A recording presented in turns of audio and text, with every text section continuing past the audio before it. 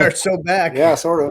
Bitcoin Liberty Live episode 38. We had a gap last week. I was traveling and Yep. pretty spread out and Yeah. didn't work out, but Mm, we're doing it again weekly. We're here. Daniel's indeed. back. Mostly. We've been both of us busy with our own things. Yeah. Daniel's been I buried in a bunch of homework, so Daniel's not happy about all the homework he's had to business do. business homework. Yeah. Getting lines in line. Yeah. Oh my I God. with all the news the past couple of weeks, I mean, I wonder how much Bitcoin private keys got burned up in LA, in that neighborhood, and when I saw all the fires and all that, and I just thought, in a weird way, at one point I thought, I hope people had keys stamped in steel because Yeah. I mean, a lot of people I would know, and including myself at one point too, if my house just up and went up, I'd be like, okay, what survived and where? And is that my Bitcoin? Well, that's one of the problems is like those people can't get back into their area. Like they'll get Mm, shot as looters if they even go. I mean, they can't get there. So even if you had something that survived the fire, you can't get to it. So it's got to be if you are one of those Bitcoin holders that had something written down somewhere, you're probably stressing right now. But they're all a mm. bunch of liberal wackadoodles anyway, so they probably didn't have any Bitcoin. Yeah, I know it's a mix. So many different stories. I mean, there were definitely various diverse. I've heard all kinds of things because you initially think, oh, all these millions of dollars homes and they've got money or they're doing fine. And there's also a lot of people that have inherited houses and lived there for a long time and are like solidly middle class. Yeah. And it affected a lot of people. Oh Um, yeah, people are getting absolutely hammered. I mean, but thing is, they've only known about that risk for 40 years. So that it finally came home and bit them in the ass is like it's more a miracle that it hasn't happened up until now. There's a yeah, really interesting little blurb from Joe Rogan from a couple years back where he said he was talking to some fire guy in LA. The guy said, "Yeah, man, our biggest fear is like if the wind is blowing the wrong way and we get a fire, it's gonna rip through here like nothing. Like there's no fire breaks. They haven't done any brush clearing. They're diverting water up north to some stupid fish thing. I mean, I'm sure you've heard that 1,000 yeah, times. I mean, there's a lot of people kind of crapping on the fire department people. I've heard their interviews. They're not.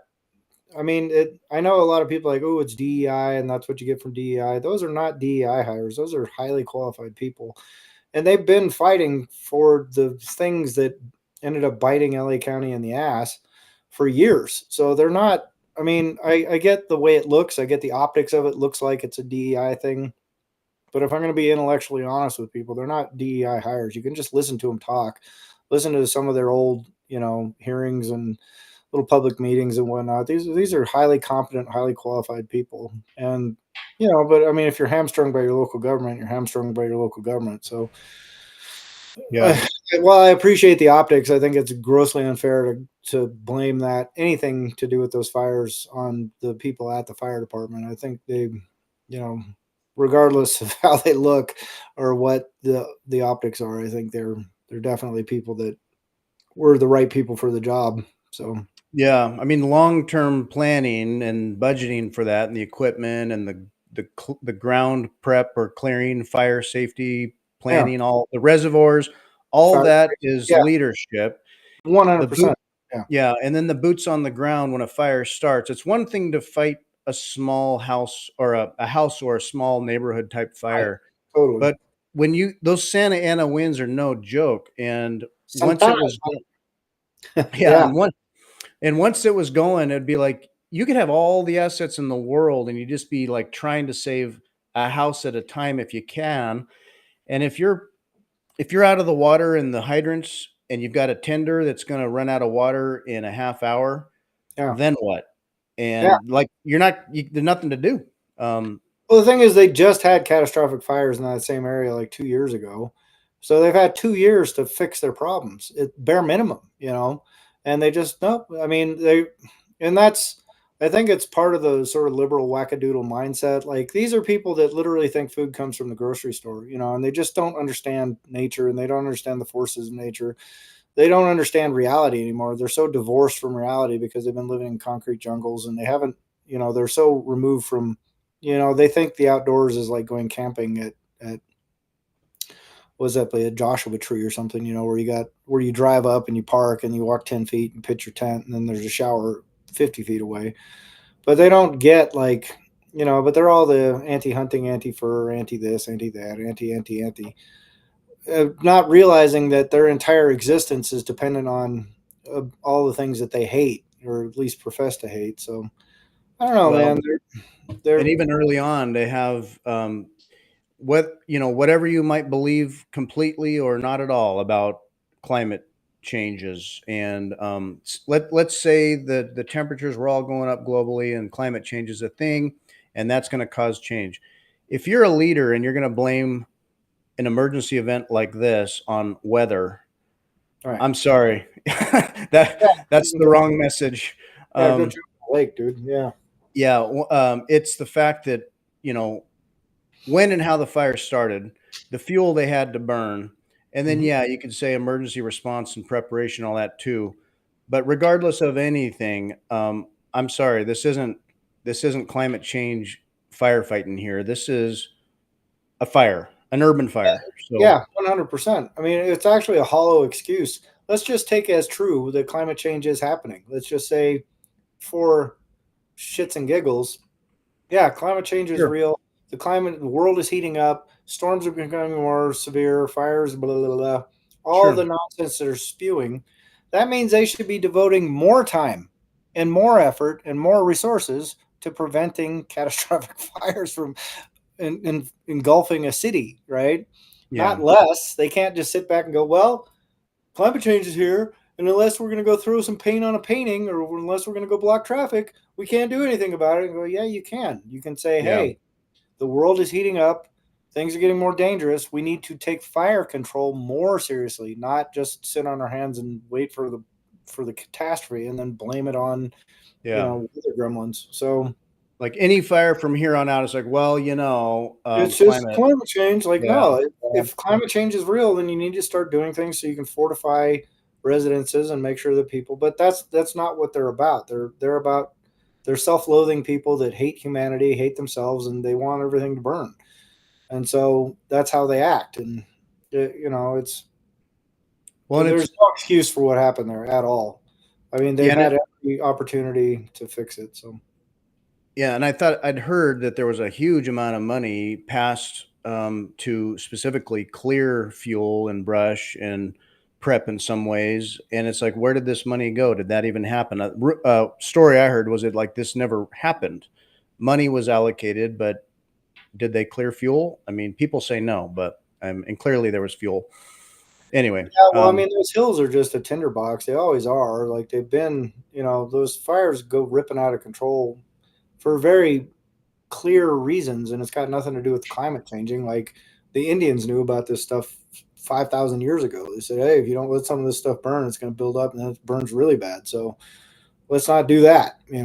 But yeah, forest management and fire management and all that kind of stuff, people know exactly what to do and have known for thousands of years. It's just you get these people that go spotted owls and ding dong little things.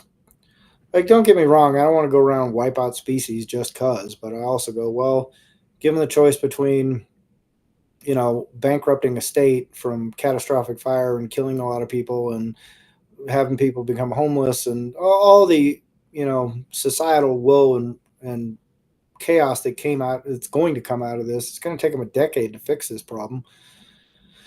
And that's if they don't have another fire next year. They don't have a fire that rips through the valley, or they don't have a fire that rips through Burbank, or I mean, like right now they hit mostly residential areas and kind of Tony areas. So there's less sympathy there, I think, from some people. But I mean, if you look at look at what happened to the people in North Carolina, look what happened to people in Hawaii, and look what happened to the people in California now. They're all, I mean, it's all just bungling mismanagement by career bureaucrats that have no idea what they're doing, shouldn't be in the job.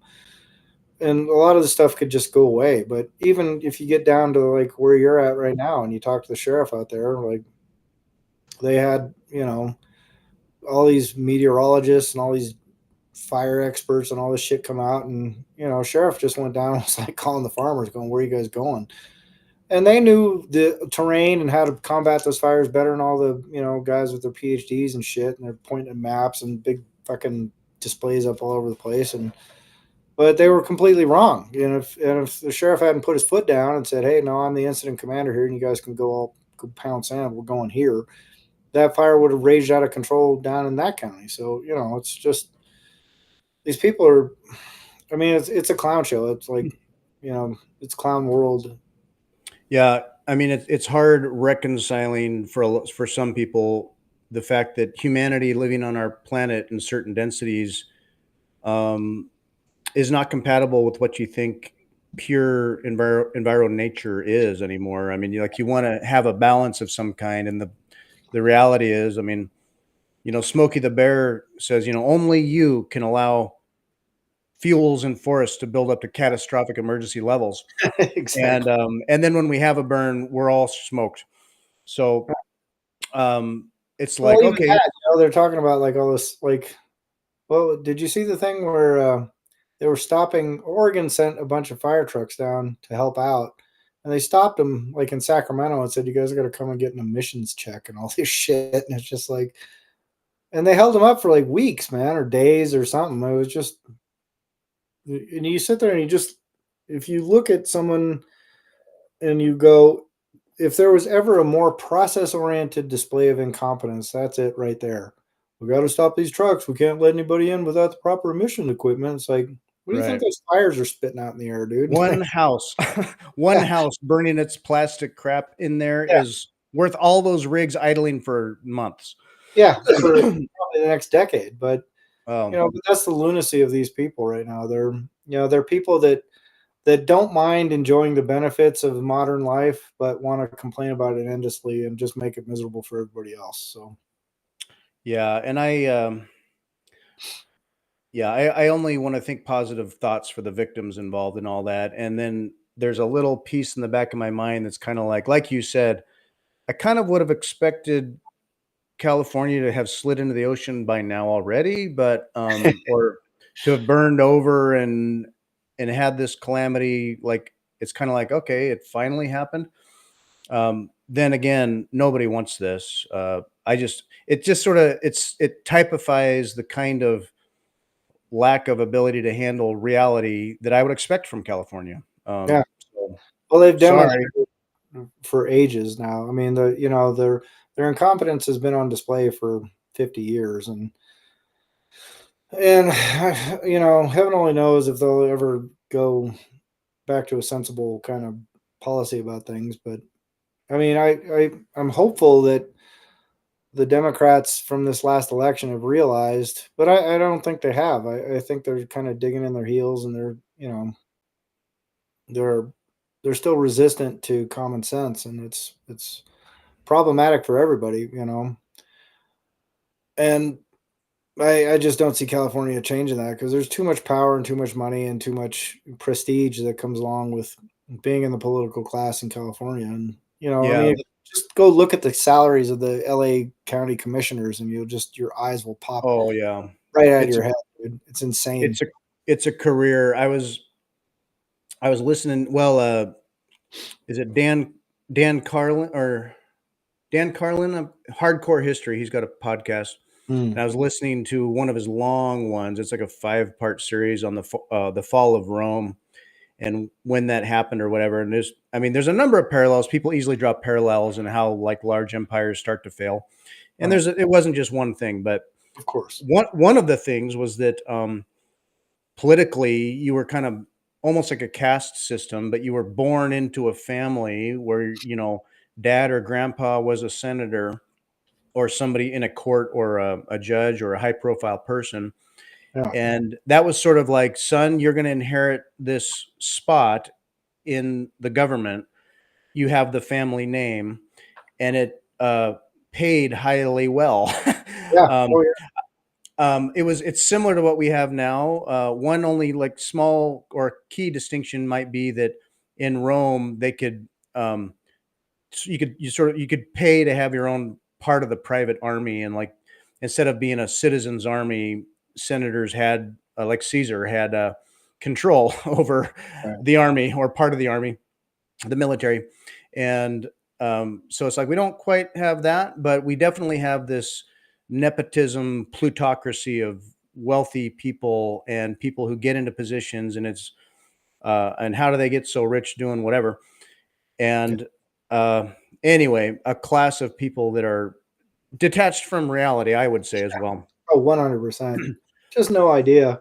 The funny thing I think about the left leaning types, or what I would call like the extreme left now, which is most of the left, um, is I think they are so corrupt, but they just continue on because they assume everyone else is corrupt too. So like if someone like Rand Paul comes along and says, "Hey, I think this," they just assume that that guy is acting from a corrupt impulse, right? They just cannot fathom that there are other people on the planet that don't think like they do. I mean, they're so narcissistic and so like they go, "Well, I'm a complete scumbag. I know what I'm doing is complete scummery and skullduggery, but everyone else is doing it too. They have to be because that's what this job is." And they just can't picture someone like Thomas Massey going like, "No, I have a conscientious belief in a thing that I think this is the appropriate way to do things, and it's not because I'm getting a back end deal out of it. It's because this is the right thing to do." And they just go, "Nope, this guy's full of shit. He's they just can't see it." Yeah. And so but the drift to the left. I mean, it's not even the left anymore. It's just statism and Yeah, and it's a system designed to protect itself. The political club, like in order to get in, you have to, be playing the game, and then they're vetting hard, and it's a tight little club, and they benefit each other, and oh, you yeah, don't just get in, and then you never want to leave, and so right. uh, yeah, Well, it's an easy it's life, isn't it? I mean, like people kissing your ass all day and you make a lot of money and you get to work out a bunch of backroom deals and yeah, like why wouldn't you? But like that's kind of why Trump is so fun. Just because he's not I mean, he's been embroiled in that world, but from the business side of things, like just, greasing palms and yeah, doing what you got to do and throwing the parties and all that kind of shit. But in yeah, terms of like his political affiliations and all that kind of stuff, like he's just, he's a bulldozer, and that's one of the things that makes him so fun to watch is he's just going to come in and bulldoze shit. So hopefully they get it right this time around. I kind of hold very little in the way of hope for that. Like someone just posted on Twitter a couple days ago that like he just launched some shit coin on Solana or something like oh that. god, the Trump coin, yeah. It's like, dude, Which is bulldozing, by the way. It's like gone up 2000x, or I haven't looked at it just for a few hours, but it, like within hours, it just went from like pennies to like 20 bucks. yeah. And Oh, so because now, they artificially keep the liquidity out of the pool, dude. Like it, it's it's just straight up classic pump and dump shit, dude. oh, It's it, all the tokenomics are horrendous. Like yeah, Trump, I believe Trump himself holds like 80% of it. And then like another 10% are all of his fat cat buddies or yeah, friends. And the had a pre mine. Now, 10% of that Trump coin is open to the public. So yeah, everybody's, retailing in on 10% of it, and the price can rocket. yeah, I'm just like, when rug pull? It's sad. yeah. Yeah. It's pathetic, man. Like I mean, it's the same shit that Hawk Tuah girl just did. It's just now it's Yeah. the president doing it instead of the Hawk Tuah girl. So Somebody uh, made a meme, Trump to a yeah, exactly, dude. And but I mean, so like all the Bitcoiners that are super like, got a big raging boner for Trump. I'm just like, dude, Walker. What's his last name? What's his? I don't know. It's just Walker. The guy that does the Titcoin podcast and all that, and oh, yeah. like he summed this up so well. I kind of rip him off all the time, but he said there is no red, there is no blue, there is the state, and there is you, right? And I Yeah. just like, yeah, 100%, dude. Like, Yeah. and so it kind of makes it almost easier in a way to be a Bitcoiner during all of this shit. whether it's Biden in there, just like, steamrolling the economy, or whether it's Trump going to come in and steamroller the economy. Like either way, it's nice to just kind of be free of the affiliations and being, or at least the delusions and illusions that come with the affiliation. I can just go, no, I'm just going to stack sats, and you guys can all go, have fun staying poor, right? But Yeah. I'd had just, someone ask me about the coming Trump coin and stuff, and I was like, if think of it like effectively a fundraiser for Trump. If you just want to give Trump money, yeah, have it's a fun great way to gambling, do it. and you're not going to time this, and you don't hold it. But number one, don't buy it. Don't Yeah, just shitcoin. don't buy it. Yeah, don't Uh, shitcoin. you're making Trump rich. Trump may have just multiplied his total wealth completely in a day. Yeah. More power to him. Great, whatever. But it's such shitcoinery and fiat. What I'm worried about is that it distracts from people's awareness and education, the core mission of any kind of, call it a Bitcoin strategic reserve or just Trump being pro Bitcoin in any way. I worry that we're going to get derailed by crypto czar dabbling in bullshit, and the Bitcoin piece won't be, I don't know, enough of the focus. And then I don't know that. Well, I think I agree with you, man. I agree with you 100%. I think it's gonna, what we've essentially got with this new administration coming in is just like it's game on for fleecing pleb, like Yeah. morons.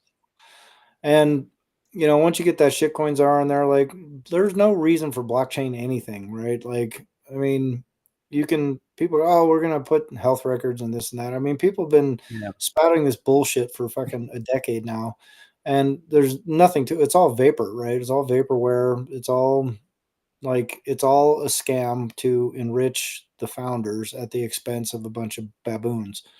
And Hmm. there's gonna be a couple baboons that'll make out all right, and they'll probably start a YouTube channel or some shit like that and talk about all their shit coinery. But at the end of the day, they're all gonna get wrecked, right? So there's I think an opportunity in that as well to be like, hey, I get that there's a shiny thing that looks like you can get rich quick off of it. But stick to Bitcoin, stick to Bitcoin, stick to Bitcoin. Right. Yeah. And the people that can take that advice and stay humble and stack sats, I think, are going to weather this whatever storm comes from the next 4 years, because there's going to be just a crap pile of shitcoinery going on, and I mean, we might get into a place where they actually destabilize the financial system, but it's all good for Bitcoin, right? Like there are no negative externalities for Bitcoin. There's only positive, you know.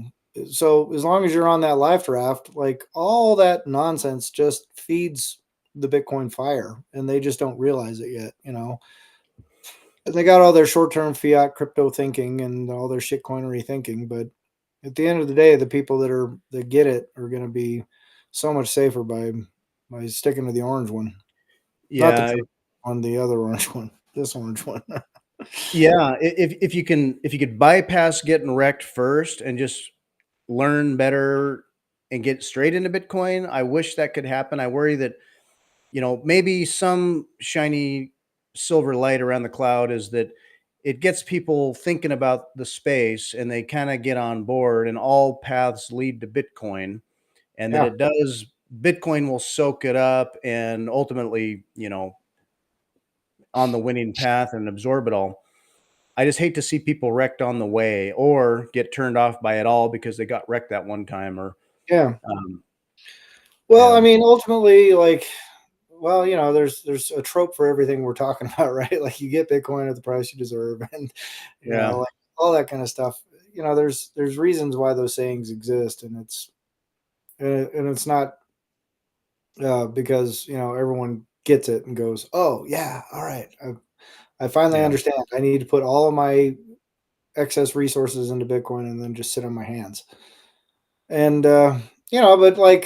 but even before there was crypto, Bitcoin, any of this stuff, like guys, men in particular have always been morons when it comes to investing and stuff like that, right? Like, I am. I yeah, flashback like four years ago, and when I first started learning about stuff, I was, my ego gets involved, and the thing is, I am, um, I would say in trading and markets and like the research you do and did, and like when I first met you, I'm not even that good at tracking, trends and numbers and imagining I'm gonna like outfox the foxes. Yeah. But as soon as I had the hook in my head that like, oh, I like this space, I like Bitcoin, and then I'm looking at the other stuff, and man, my ego started feeding me like I can win Yeah. better than the average. And Ex- I got caught up in that for just a little bit, and then um, kind of was losing in some areas, and decided, you know what? Um, I wasn't even maxi at that point, but I had decided for myself, I personally don't have the time or the smarts to figure it out well enough to imagine I'm going to game it. And I let go of my ego quite a bit and was like, you know what? I'm starting to understand the Bitcoin fundamentals. I'm falling back in a way, and I'm gonna just do Bitcoin. And I still was paying attention. And then over the years, yeah, I just got more and more maxi. But I you can't help but feel like, ooh, I'm gonna like, I'm gonna diversify, Right. or So just or one of these will moon. One of yeah. these will moon. Yeah. And then I'm Yeah. rich. I don't have to work anymore. Yeah. I mean, it's such an alluring proposal, right? And when the you when the survivorship bias kicks in and you see the like two or three guys that just made a mint, they'll never tell you I just got lucky on this coin, man. Like, it's just not the way that game gets played. They almost universally human beings will attribute any success to themselves and attribute failures to externalities. And it's but the just because someone stumbled over a rock and fell into a pot of gold doesn't necessarily mean that's a repeatable process, right? So I don't Hmm. know, man. It's if people can just, like you said, just kind of drop their ego at the door and just recognize like the forces aligned against you when you're trying to trade crypto and all this bullshit are so enormous. Like you have no idea. And I'd watch people talk about trading and this and that, and all these little channels talking about crypto and 1000x gains and blah blah blah blah blah. The thing is, you can go talk to almost any of those people and go, "Hey, do you know what the initial coin distribution was? Do you know what the ICO price was? Do you know how many investors there were that got coins before you even heard of the coin? Do you know?" I mean, and just really rudimentary financial stuff. They just have no clue. But they Yeah. got this idea that like, "Hey, I'm going to beat the gremlin." But that, Yeah. like I said earlier, that goes back, there's 40 years of research that says, hey, like women, by and large, tend to be better investors than men, not because they're better at picking stocks or not because they're better at timing trades or anything. They're better at just not tinkering. They go to some financial guy and go, hey, what should I do so I can retire when I'm 50? And the guy goes, put this amount of money in a mutual fund. Here's our branded mutual fund that's got all these hidden fees and all this bullshit. We're going to be raking you over the coals with it, but they don't care. They just go, well, this guy, I'm paying him. He knows what he's talking about. So I'll just feed my stupid 401k, my money market fund, my whatever fund, my, piece of shit, fucking branded, Bank of America fund. And then they just sit on their hands. And then 30 years Hmm. later, they go, oh, well, I got a lot of money now. Whereas guys will go, oh, I don't know, I just heard about this thing, I read this article, this guy that I follow, and so they dip in and out, they modify their holdings, they try and rebalance stuff without knowing what the hell they're doing or why they're doing it, and they're trying to do tax loss harvesting and all this nonsense. And so they end up making more trades, and the more trades they make, the more money they lose. So that's kind of, it's Yep. like just sit on the winner. There's like one super easy brain dead, like you don't, the 80 IQ guy can do just as well as I can. You just go, what's that? Buy Bitcoin. Okay. Put it in cold storage. Okay. Sit on my hands. Okay. That's it. That's all you got to Yeah. do. The And weightless. instead of just feathering your nest, it's like I want to go hunt a big game. I'm going to catch that big animal out there. Right. And I know people. I know in particular, somebody who his wife was just kind of sitting and letting it ride, and neither of them into Bitcoin at all. But Right. um, yeah, the husband needs to get in there and like, "No, we can do better, honey. Right. Like, let's get aggressive. We want to retire so much better." And even as he's helped the portfolio perform better in their stocks and whatever it is. He's On always a short stressing about time. it. Yeah. Well, and he may be outperforming right now. On a long enough time horizon, all of those guys Yeah. revert to the mean. Every single one of them reverts to the mean. Like there are no winners when they're dipping in and out. Like Yeah. you look at that guy on a 20-year time horizon, you go, yeah, you probably lost 10% by dicking around, 15%. Should have just sat on your hands and kept it in Johnson and Johnson or whatever it was that was in your mutual fund. You would have been better off. But ultimately, like all we're looking at is just the money printer, and like there are very few people can beat the rate of inflation, and most people don't even know what the true rate of inflation is. So when they're saying, "Oh, I made 8% last year on my Tesla stock," it's just like, oh, whatever, dude. Like, yeah, but the monetary base was debased by 30%. So you're actually way behind right now. Like you're upside down, dude. You just don't realize it yet. And Yeah. it, And it feeds that gambling mindset. You know, I, I totally, it's a natural thing in there. You want to, some people gamble for fun, and I can't do it. But yes, the markets are so they feed that feeling of like, man, I want to win. I want to get ahead. I yeah, can. I'm good totally. at this game. Well, Gary here said I I lost see half a this. million messing around in the markets. Ooh, man, that's rough. I typed a Oh, reply to you, but it says it only shows up in Rumble Studio, so it looks like you're looking on YouTube. But welcome to the show, Gary. It's great to have you here, man. Yeah, it's brutal, man. I when I was studying finance, like I saw a ton of research about folks just absolutely getting wrecked over and over and over again. And the thing is, with the amount of tinkering that the Fed is doing and the central bankers and even the bankers themselves, like the game is so artificially rigged against small and retail investors and even the finance advisors and stuff like that. It's just brutal. yeah. But yeah, man, I'm sorry to hear you lost that much. But I mean, if you're getting in Bitcoin and you're sitting on your Bitcoin, you're staying humble and stacking sats, like that's going to come back tenfold.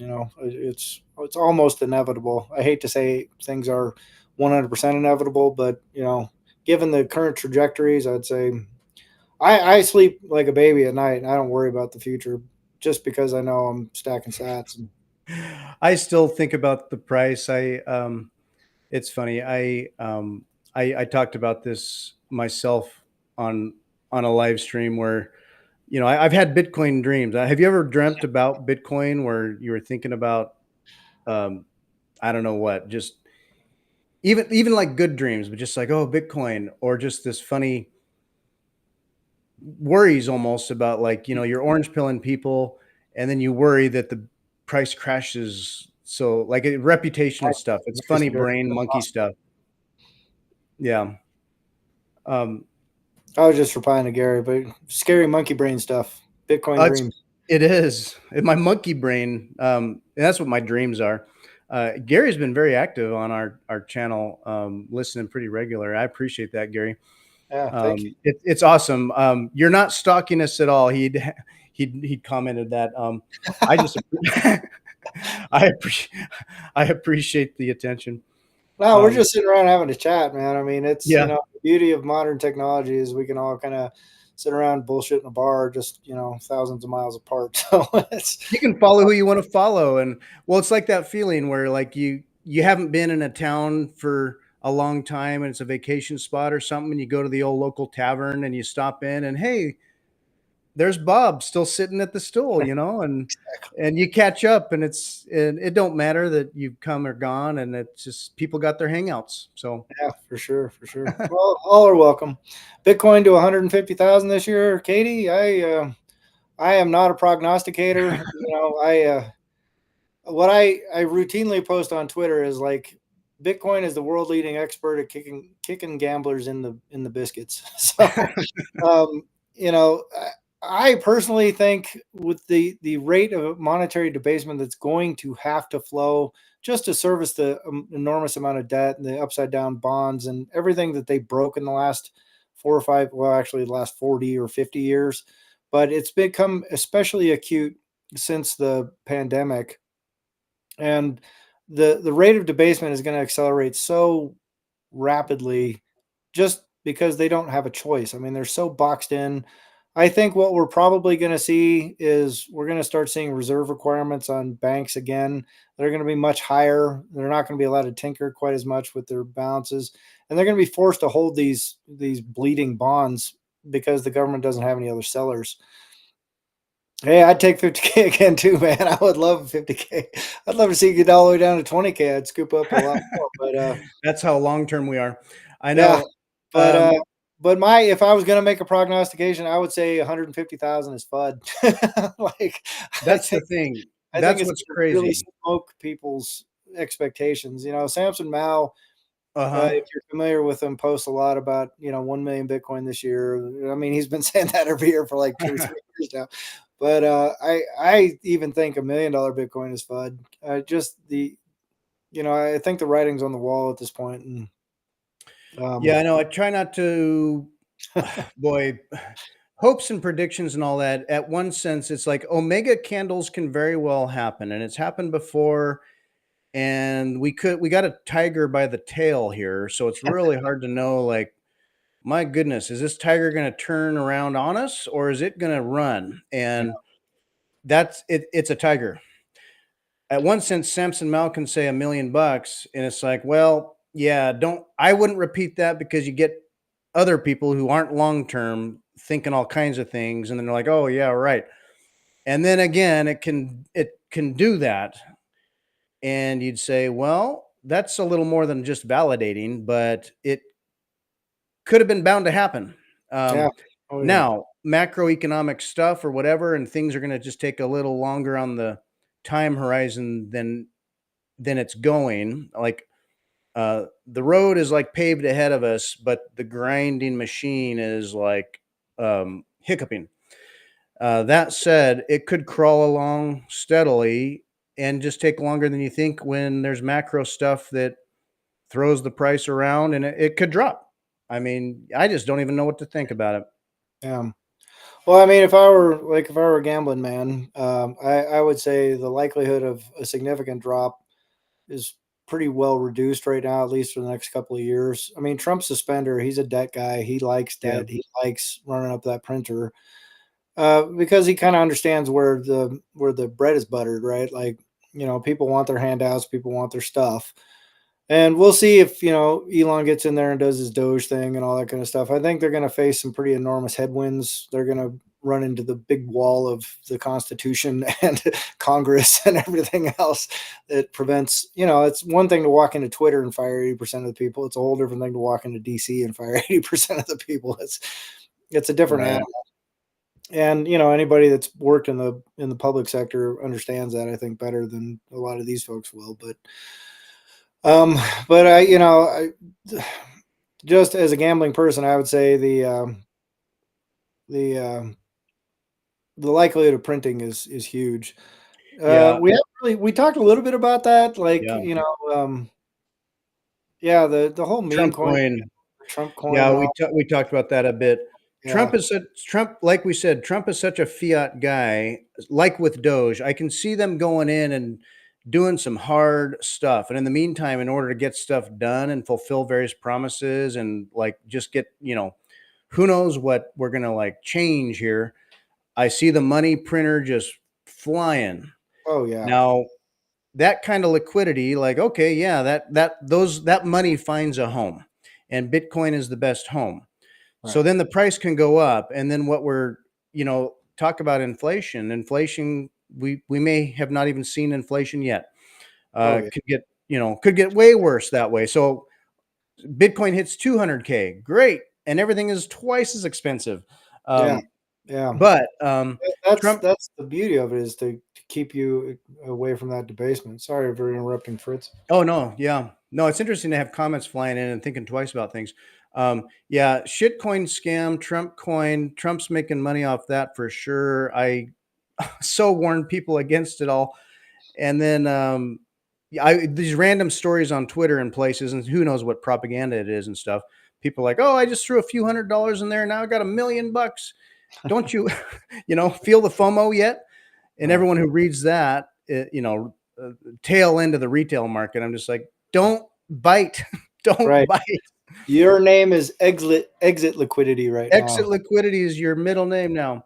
See, Katie Um, says, I think January 20th it goes up, then pulls back to shake out weekends, 90,000, then up.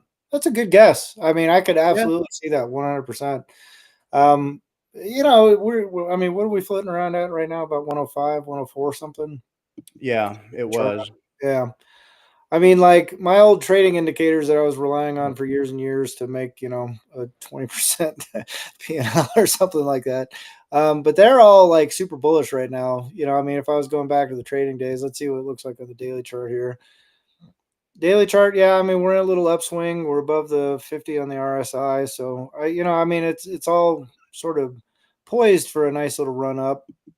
It'll be fun to see what happens with it. Like I said, I hate speculating. Just I mean, the second you make we're going to 150K tomorrow, and then it's like the next day you're sitting at 60, going, "Well, I thought," So The froth at the top of the price I see is like, people, the speculative stuff, buying all the rumors, selling any news. And with Trump getting inaugurated, I mean, there's talk like, come, you know, main markets open on Tuesday, and that's when we see the big candles. And I can see this just pressure of general awareness, like Trump says the word Bitcoin or the Bitcoin reserve topic even just comes up. And it's like, could happen like the Trump coin thing. I see yeah, a lot of that as lettuce hands. And yeah, increased volatility could pump, and then weak players or people who aren't really Bitcoiners are going to sell. yeah, I don't know. We'll see. maybe. I mean, that's that's one of the big problems with price discovery, right? And most people that are hopping into Bitcoin now and have been hopping into Bitcoin for the most part, I don't think really truly understand the asset that they're holding. And Yeah, I think once people get to the place where they understand on a deeper level what the asset represents, like it becomes that kind of thing where you go, oh, I should never sell this. That would be just madness. I mean, if you're confronted with some like life changing problems, like your house just burned down in LA or something like that, and you got to strip off a little of your Bitcoin just to survive, like that's obviously survival is better than holding your Bitcoin. But barring that kind of stuff, like that to me is I think Michael Saylor said it would be like selling, your acre of land in Manhattan back in 1790 because you wanted to go get a coffee or something. It's like I need a new mule, so I'm just going to strip off some of this prime Manhattan real estate. Not realizing like what sort of generational wealth you're sitting on, even those little small parcels. So yeah, yeah, I mean, it's exciting to see what's going to happen here. I mean, like I said, for me, I'm kind of like just long term bullish. I don't really think about it too much. It's actually kind of relaxing not to be looking at price and price action and checking the trading. I mean, checking charts. Like when I was in the middle of my trading mania, I was on charts probably 8, 10, 12 hours a day, and I mean, it felt really unhealthy. Like I'd go like, I have to go outside at some point today. Whereas now it's like most of my time is I'm spending outdoors and trying to get some fresh air and be in the sun and play golf and kind of goof around and stuff like that. But yeah, it makes life so much easier just to go like, oh, I need to buy a little more Bitcoin today, and you put that away and you go, all right, well, I'm done. Like I don't have anything to do. It's kind of like almost having a 401k, except you know that you're not going to get wrecked by Bank of America or JP Morgan or something like that at some point, because all those people are going to get hammered with the next whatever crisis comes down the pike, because there's always one around the corner. It's just what it looks like. No one's, they'll all be sitting around going, we never saw that before, but they got one answer. And it's like, turn on the printer. Let's print our way through it. And right, they have to print their way through it is when your Bitcoin, when you start looking at 150,000, that's like the good old days and going like, oh man, you remember when you could get a Bitcoin for 150,000? That was crazy, huh? Well, I wish I would have bought more when it was right.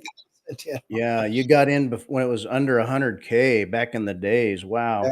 Oh my God, you Um, got it before it was 500K. So yeah. and having you see those like BTC charts where they overlap, um, the halving trends, and how it's like, oh, here's a peak and then a trough, and then here's the big peak and then a crab walk, and then a peak, and then a trough, and halving by halving, they you can interpret that they mirror each other in this kind of like cycle.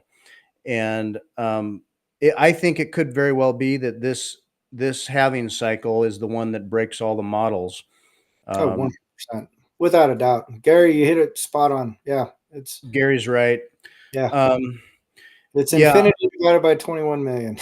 Like, So if all you look at is like the halving cycles, you could speculate that, oh, if it just did the same cyclical type of trough and peak stuff, I've seen things that you could imagine it peaks, it peaks at 200 to 250K somewhere between March and August, and then really then it's like cyclically when it starts to drop again.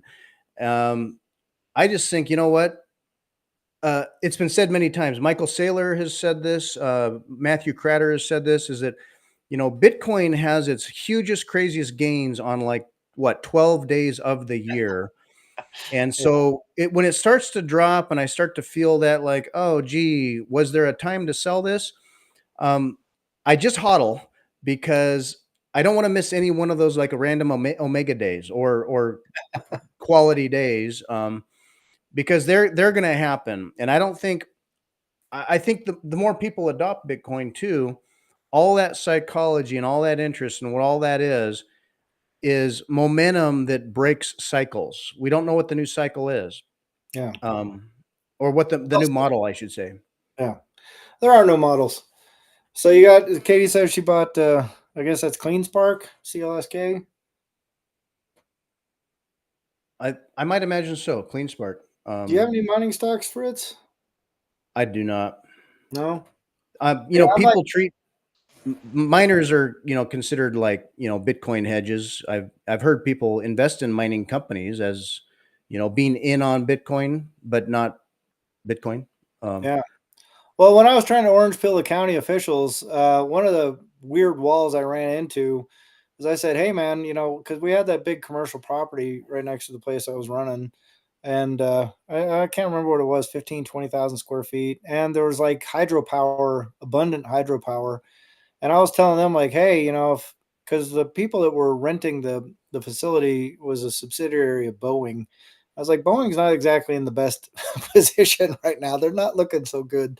They got some issues. They got some stuff, and so I was kind of pitching this idea like, hey, if it comes down to it, if we can get some power deals arranged, we can probably get some miners in here. And these guys are like, absolutely not, no way, And I thought it was just like Bitcoin FUD, right? But they're like, no, we've had miners here before. These people come in, they blow the whole thing up. They'll just leave a bunch of equipment behind. They'll just come in, they'll try and rake some stuff. And, I don't know if they were like getting into some other sort of shitcoin mining or what, but they, they pretty universally said we've had horrible experiences with miners here, so we don't want to do that very much. I've But heard I good mean, things. like a big organization like Clean Spark, they're pretty legit. They're pretty solid. They're big. They're all over America. I don't know if they're international, but they're huge. They just, not recently, but a few months ago, they bought Brains, I think it was. Mm. They're growing. They do have an enviro kind of a mindset about like, we get that Bitcoin takes energy. We're mindful of that and how we do that. They're also solid Bitcoiners. Um, and they're based out of Utah. I think their headquarters is in Salt Lake, but Mm. they're huge. And as a mining company, when the price was really crab walking and like hard to be, I think miners honestly were selling at the time to stay liquid and to grow, but we're waiting and waiting, and it was, I think it killed a couple of them, but Clean Spark's one that survived, and I think is going to stick around. Oh yeah, yeah. Well, I mean, that space is so competitive, and it's you got to make sure your mathing is mathing correctly. Um, and it's a volatile space as well. So me personally, I kind of just avoid stocks altogether. Like I was well diversified, and I had my little 457B and all that kind of stuff. And I just dumped all that shit and I just put it all in Bitcoin and just let it ride. So, I'm as maxi as you can get, I guess. I'm driving around an old used beat up Prius. It's got a lift kit on it though. Yeah. Off-road Prius. But other than that, I mean, like, I keep my expenses low and just kind of, keep the eye on the prize and just sort of live a simple life. And I tend CleanSpark's not sitting on a to. little. I find it's a lot more relaxing existence so far. So we'll see. I might It's be living it's in a a couple of simple spots here, but we'll see. it's a simple life. Yeah. Um, yeah, CleanSpark. I guess they're sitting on a lot of Bitcoin, and that's good. I think they're in a good situation. When they bought, I think it's Brains. When they bought Brains, I believe it was. They inherited Harry Sudak, who was early Bitcoiner, instrumental, like from the ground up, grassroots, getting into mining. I saw him at Bitcoin Miami, a lot of podcasts. That guy is smart. Like he understands business, the energy utility grid, Bitcoin itself, the mining technicalities of all the mining stuff. That's a win for CleanSpark with Harry Sudak. Um, Nice. the Gary had asked about the crypto czar. We kind of touched on it. I had to glance at looking up who that was again, but yeah, David Sachs. I think he does the All In podcast or has done that. Smart guy. So like started PayPal.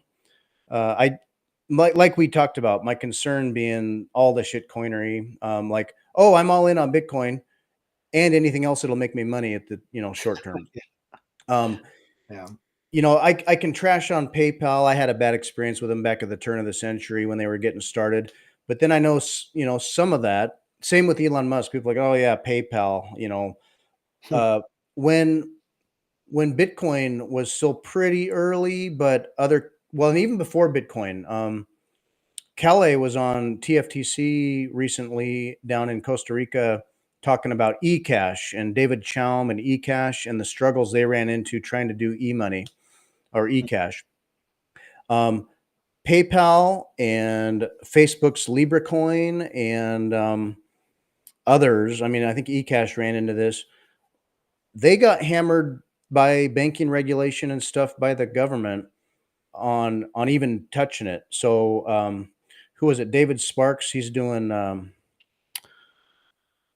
he's got his own second layer on Bitcoin he's working on, but um uh, he was working on LibreCoin with Facebook, and I think there was a thought there that they were going to try to get into this space, like Microsoft did as well at one point, to make the digital money work and work for them.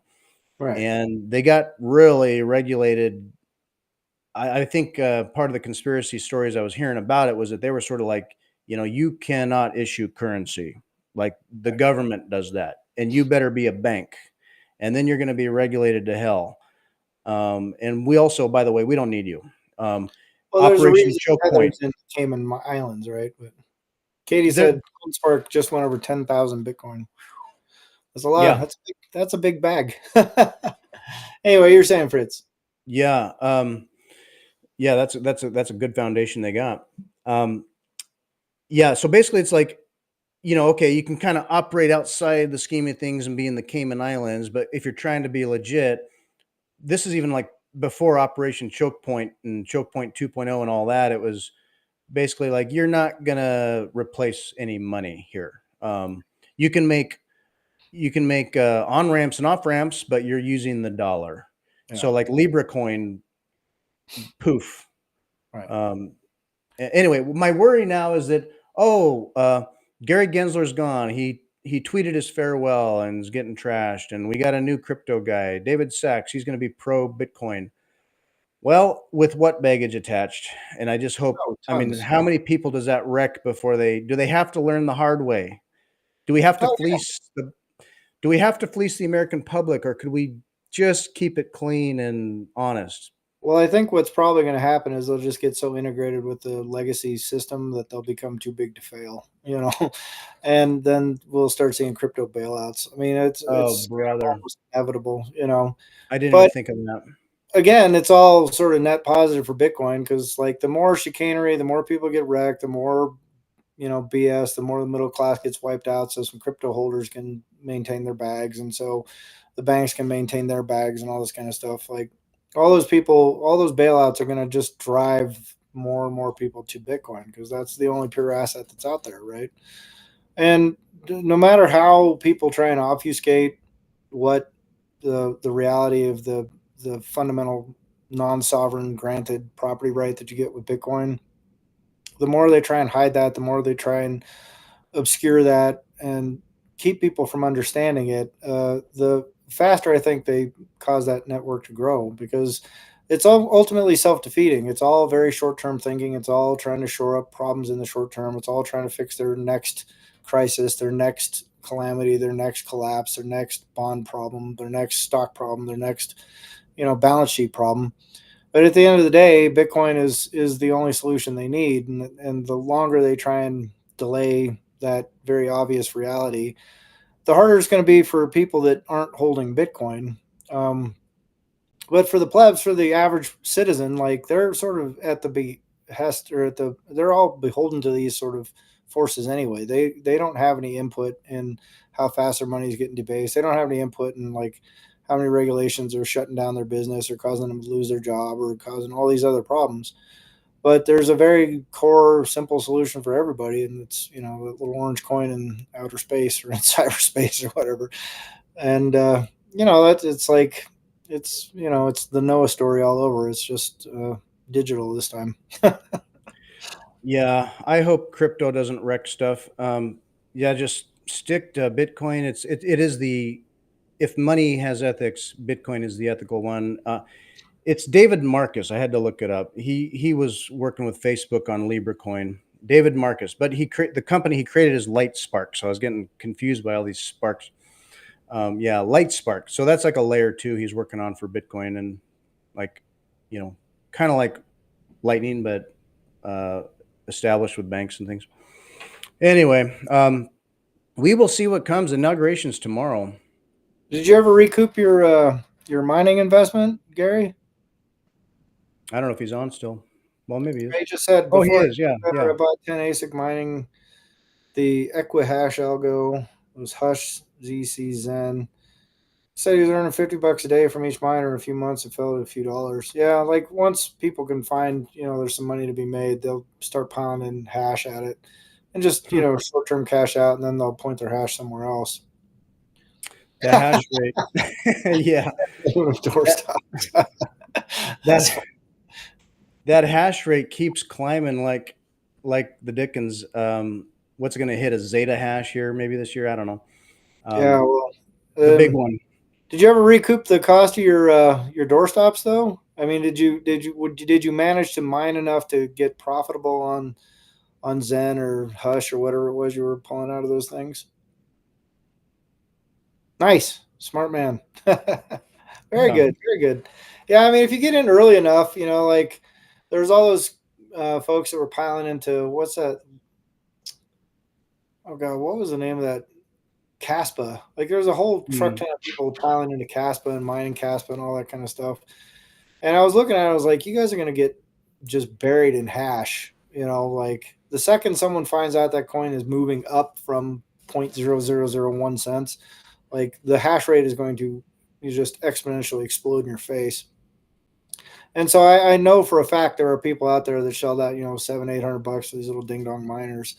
And they'll be lucky if they recoup that within, 5 years, and never mind once you factor in the electricity and all that kind of stuff. So yeah, it's a tough game, man. Like, I've got my little secret designs on starting my own Bitcoin mining thing and using renewables to kind of, well, pseudo renewable. It's going to be like a hybrid thing, but yeah, I mean, just keeping up with it. It's that is a very cash intensive, engineering intensive endeavor, and you got to make sure the math is mathing. you know. Yeah. Yeah, you got I some scrap aluminum, I guess, Gary. That's not too bad. Yeah. if I had like a decent a small amount of wealth, say, to throw at mining, I think that'd be fun to throw the hat in to try to, yeah, if you could win a Bitcoin in a year, I mean, that'd be amazing. Well, I think it's about $50,000 worth of, like S21s, like S21 Pros or something like that, and you can pretty much guarantee a block a year off that if you can afford the electricity. So the investment to get in, and I mean, you can recoup that investment pretty quick, provided you actually hit the block within a year. I mean, that's averages. You might not hit that block ever, right? Even if you had enough hash to say theoretically you should hit a block every 8 or 9 months by running this much hash. Um, but the all it takes is one, right? And then you just got to keep it rolling. So yeah, it's 50 grand. If you got 50, I mean, it's not like an enormous amount of infrastructure you have to build up to kind of get you across the line, but that is always going to be growing. So that the first year you might hit a block, the next year it might take 2 years to hit a block, the year after that might take 4 years to hit a block. So you better hope you hit that first block in that first year, or it's just kind of $50,000 worth of electricity just flying off into the ether. Yeah, and then again, like, is it worth maybe as a hobby and as a potential long term deal? It's all great, or do you just buy Bitcoin now, get the Bitcoin now, and hold it? Uh, Today's video from Matthew Cratter is like his toxic Saturday funny one. Number of topics there, but he'd answered a question from somebody who's like, I came into a small amount of wealth or family trust money, and what do I do with it? Do I just start DCAing now, or do I smash by an amount now? Lump sum, And 100%. and so yeah, Matthew Cratter was like, without telling you what to do on financial advice, it depends how much fortitude and education you have about Bitcoin. So the more that you do, the more you'd probably be inclined and correct in smash buying. If you Well, you don't wouldn't even understand, ask, right? what's that? You wouldn't even ask. Like if you had Right? the Yeah, you'd you had an know. appropriate level You'd of know. education, you just wouldn't do it. You would just go smash Yeah, by tomorrow. Leave yeah, enough fiat on hand to pay your bills and just smash by the rest. But you know, yeah. And if you're hesitant or you don't feel like you understand Bitcoin well enough or whatever, I mean, like DCA is like that safe. Oh, I'm not like feeling wrecked or potentially wrecked. Um, yeah, smash buy if you're, thinking long term, smash buy and get it now. DCA, and I just imagine you're sitting on this fiat and your dollar cost averaging, and then as the price goes up, all you're thinking of, it's that same thing. Price goes up and you feel bad because you could have bought more. yeah, oh So yeah. Did I ever complete, or did Fritz ever complete his cold wallet? oh well, yeah, I mean I did. You've got cold storage, I assume, but Oh it's yeah, kind of like that next step when people have argued about what are the steps in Bitcoin, like, getting off zero, starting a node, or getting cold storage and then mining. And there's like four main things you kind of yeah, walk down when you're going into this. For me, it was getting off zero. Second was running a node. No, wait, yeah, running a node just because it was easy enough for me. Third was cold storage, and then fourth was mining. yeah. Um, some That's people basically the say, math. Yeah, yeah, anymore it's easy enough to do all of that anytime, yeah. all together. Oh yeah. Uh, Well, now I mean they're getting. I don't know. They got that graphical interface BitAxe now, which is coming along. Solo Satoshi guys are putting that out. But there's the oh, I always forget the name of the damn company. FutureBit. They have like a little plug and play.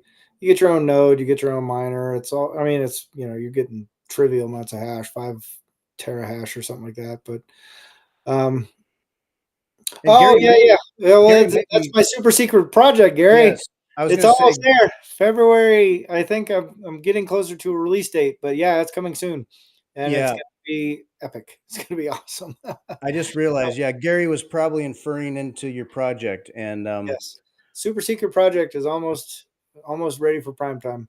I again, I was about to I was about to brag about a whole bunch of stuff, or excited about it, and Daniel's like, "No, no, no, not yet." yeah. So Well, I mean, I've been spending a lot of time like my traditional path through life has been very much like get something out, right? Like just I got an idea. I'm going to make it happen right now. And, and quality tended to suffer through a lot of that stuff. So this time around, I'm like really, really taking my time, making sure all my I's are dotted, all my T's are crossed, and making sure this thing is absolutely as good as I can possibly make it. And so that's involved a lot of R&D and just, but I'm finally at the final stage. Like I can see the light at the end of the tunnel. I'm finally starting to get the rest of the stuff that is going to come along with, making it. Thank you, Gary. I appreciate that. So maybe I'll send you a version of this thing and let you tinker around with it. But yeah, yeah, I'm like looking at some of the stuff right now and just kind of going, yeah, it's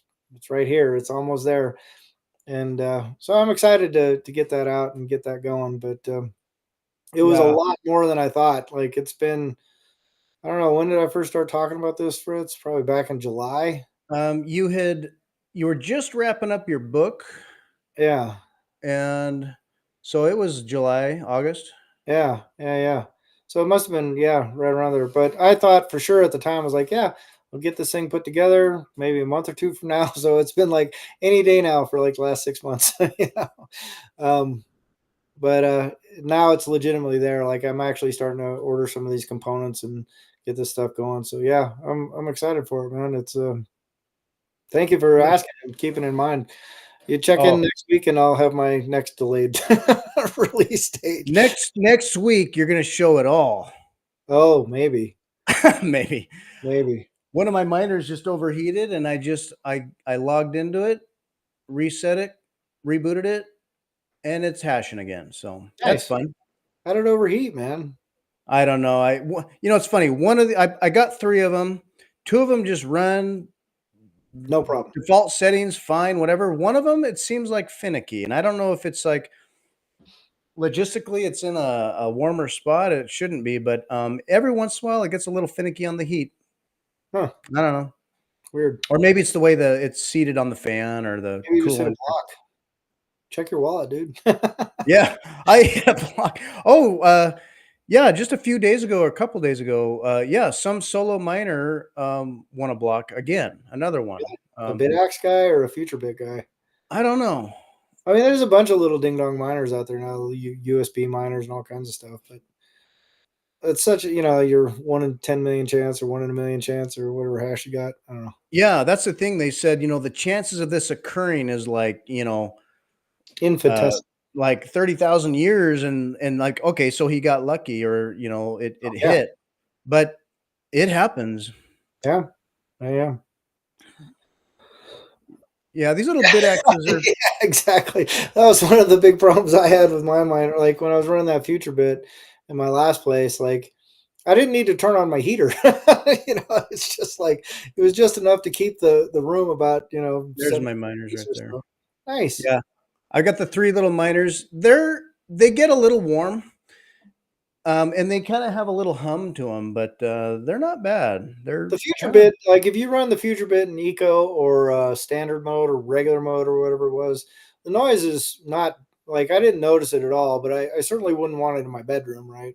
But it definitely put out enough heat that you kind of went, ooh, whoa, yeah, this is a little, like, I found myself running the AC during the middle of the fall kind of thing.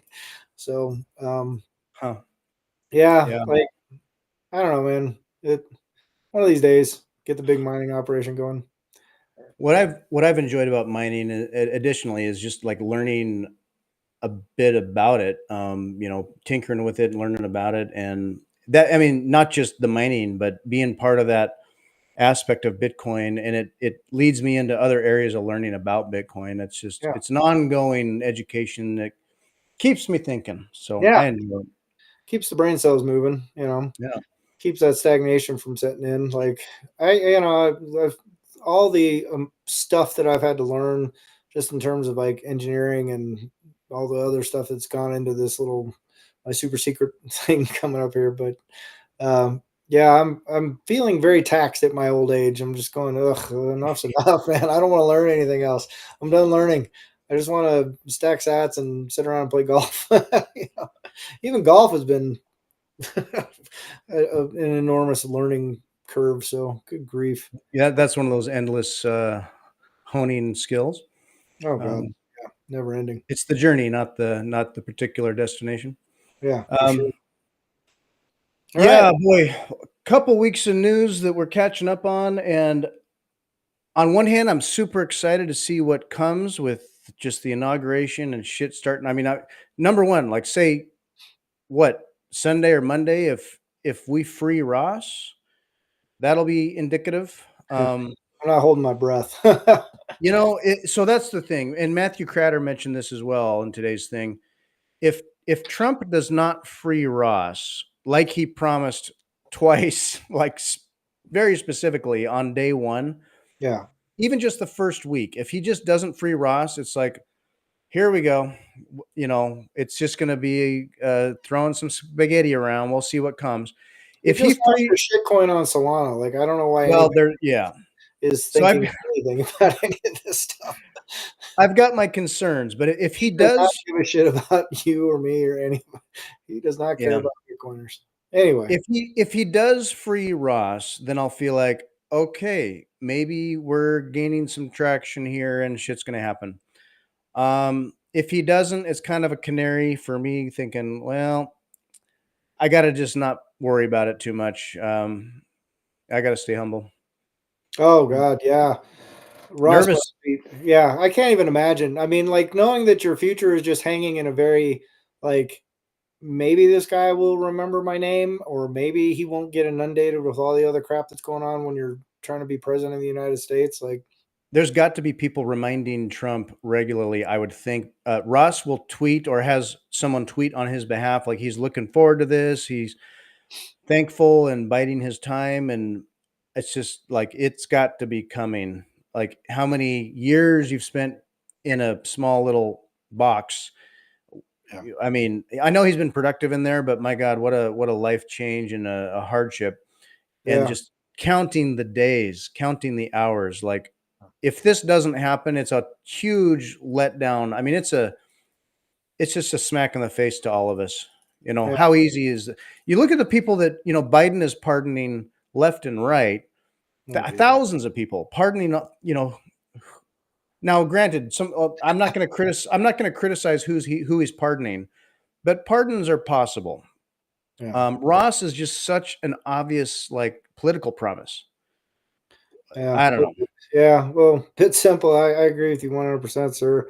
Praying Yeah. for him as well. I hope he gets out. I hope he gets his. I mean, I think the guy should have gotten hammered for some of the stuff he was doing. Like, just thumbing your nose at the man like that is probably not going to end well. But I mean, what they did to him is just ridiculous. Oh, they acted like he was Yeah, the one calling the shots on the trades and it's just like, wow.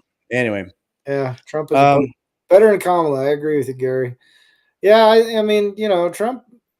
I agree with you 100%. Bit and as I reflect on that guy, like I I will say that he has certainly impressed me more during this campaign than I would have been. Like, I didn't really hold that guy in too much esteem. And now, sort of watching what he's been through and what, like, I was thinking back to like I was under investigation at a place I worked for before. I hadn't done anything. It was a false accusation. Everybody was sort of aware of it. The investigation came out fine. I was cleared of all wrongdoing. They said this guy didn't do anything wrong. This is just all nonsense. And that whole process was so stressful. Like I was like not sleeping and I was like just constantly fretting about it. And it's just like this little ding dong thing at work. And that went away. That I knew for a fact nothing bad was going to happen to me. I knew for a fact that I had not done nothing wrong and all this kind of stuff. And even still, I was such a wreck after that. And then I was like looking at what Trump was going through, and it's like he's getting like lawsuits and he's got attorneys generals coming after him. I mean, just like getting absolutely hammered, people trying to kill him, people shooting at him. And this guy's just like up smiling. Next day, he's just out on the golf course. He's out talking to somebody. I'm like, all right, dude, like, regardless of what he's selling, regardless of his behavior or his mannerisms or anything else, I just look at him and go, this guy is either an absolute lunatic or he's just, he's built differently than I am. So I gave yeah, him, I gave him a little, yeah, it's amazing the energy Trump has. Um, Yeah, I don't know. I'm trying to be hopeful. I worry about stuff. Um, I think, um, yeah, Silk Road. When there's new technology like this, like people can now just do this stuff, and then like friends that I know that do investigations in law enforcement or whatever, and kind of this awareness that you know we're trying to crack down on this general area, and then when we finally catch a bad guy, it's like, oh, see, we got a criminal, we got a criminal. See, all of this was worth it. Yeah, And you're like, how much time and energy and money and non-criminals did you harass? With Trump, it's lawfare. right. The lawfare is a real tool you can use just to distract and grind on someone or try to character assassinate them. So like short of being able to like assassinate someone, you can maybe just try to character assassinate them. I got But you, Gary. yeah, No worries.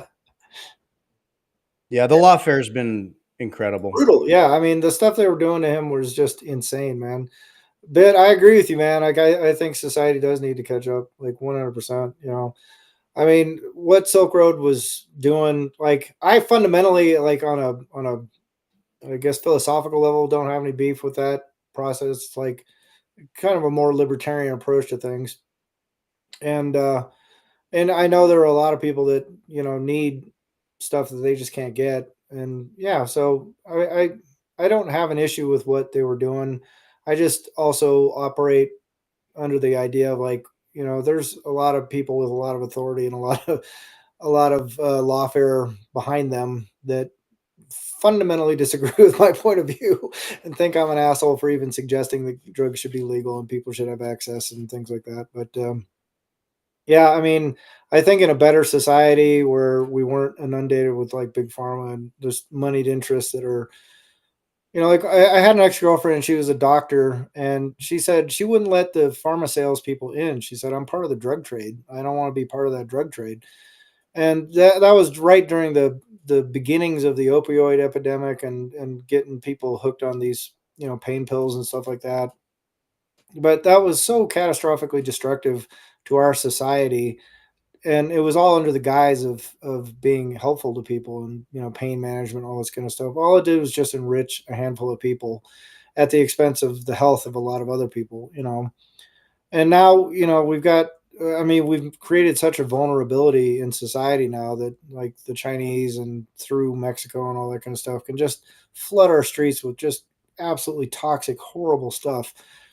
And whereas if people had just had access to like if you got all these hardcore addicts out there, if they could have just gone down and got their heroin fix, they'd probably be working about the same as all the people who can go down and get their beer or their whiskey fix.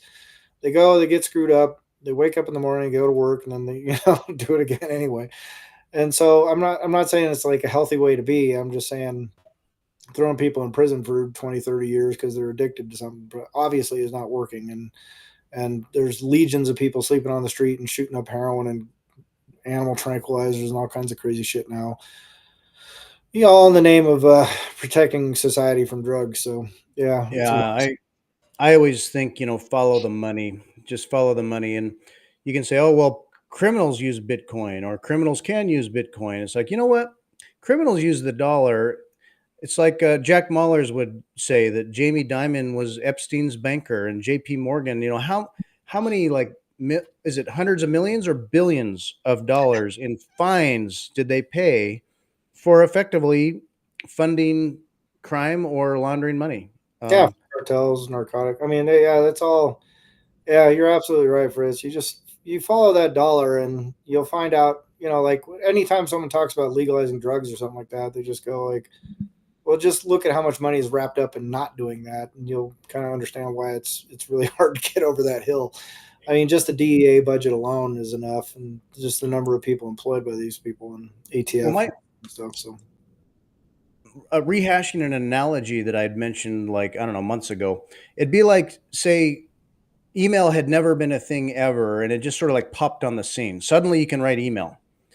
And the attack on it would be like, you can just send messages to anyone, anywhere, instantly. I mean, criminals can just message each other and conspire like kind of for free and anonymously if they want to. criminals can conspire anonymously with email. We're just going to allow this stuff, like criminals use email. Um, you can only use our Federal Reserve notes to communicate. On a letter with a stamp, you can write a note. It's a federal note, a Federal Reserve note, because it's endorsed. That's how you send messages. And we're going to make it electronic. We're going to have the federal email system. So you just use that. Now, granted, anything you put in an envelope is effectively a postcard to us because we can read all of it. But it'd be like approaching email as, well, criminals can just talk to each other like instantly. Pretty sure they tried to do all that. That's where the digital was the '96 Act came from, wasn't it? Because they wanted to clamp down on all that shit. Yeah, I mean, well, you think of the Clipper chip they just were going to try to put in all the phones, Yeah. fighting NSA, fighting PGP and cryptography, and then finally decide, okay, you can't outlaw numbers here or this string of words. So that we won that fight way back in the day, but basically, I think in a way, Bitcoin and things. I mean, you imagine things like the Silk Road could go down that same path where who can stop this? It's sort of like a force of nature on the digital space, and you think you're going to wall it off. The thing is, you're just maybe just trying to wall yourself away from what's going to happen out there in the world. Yeah. Well, I mean, all this stuff is kind of inevitable, I think, and Bitcoin is the most inevitable of all those technologies. So, yeah, nothing stops the train at this point as a protocol. I mean, it's just going to gobble it up. So, well, I mean, this has been a pretty good little run, I think, so far. Gary, it's always a pleasure to have you on, sir. I think looks like Bit Simple and Katie logged off, but yeah, we had a nice little chat today. It's always good to have folks come in and listen to us. Yeah, 100%, Gary, 100%. Yeah. Yep. Well, I hear that. I hear like maybe not in my lifetime. I kind of drift into that sometimes as well. And at the end of the day, I'm more confident than that. I would say I feel like it is going to happen in my lifetime. I feel like we are right at the cusp of a pretty monumental change in society and just the way things get worked out. So, again, I'm not a gambler or a prognosticator, but if I was going to make a bet, I would say I think it's going to happen quicker than people think, just because the incentives are going to align correctly, or at least better than they have for the last. Hey, thanks, Gary. I appreciate that, man. It's great to have you around. So yeah, you're welcome anytime. Obviously, I'm going to send you one of my my devices just because you're an early viewer. Yeah. So cool. Yeah, it's been a good one. It's fun having folks pop in and Gary's interest, and man, we'll keep doing it if people care. There's times where it's like, oh gee, viewership's low or whatever, but hey, we started this just for us anyway, just to we're gonna talk and meet anyway. Yeah. And we'd be talking and talking and talking and just being like, maybe nobody cares, but if it's up there, people can tune in if they want. So we'll do it. All righty. Well, thank you all. All right, man. We'll call it a time. Yeah. See y'all. Bye.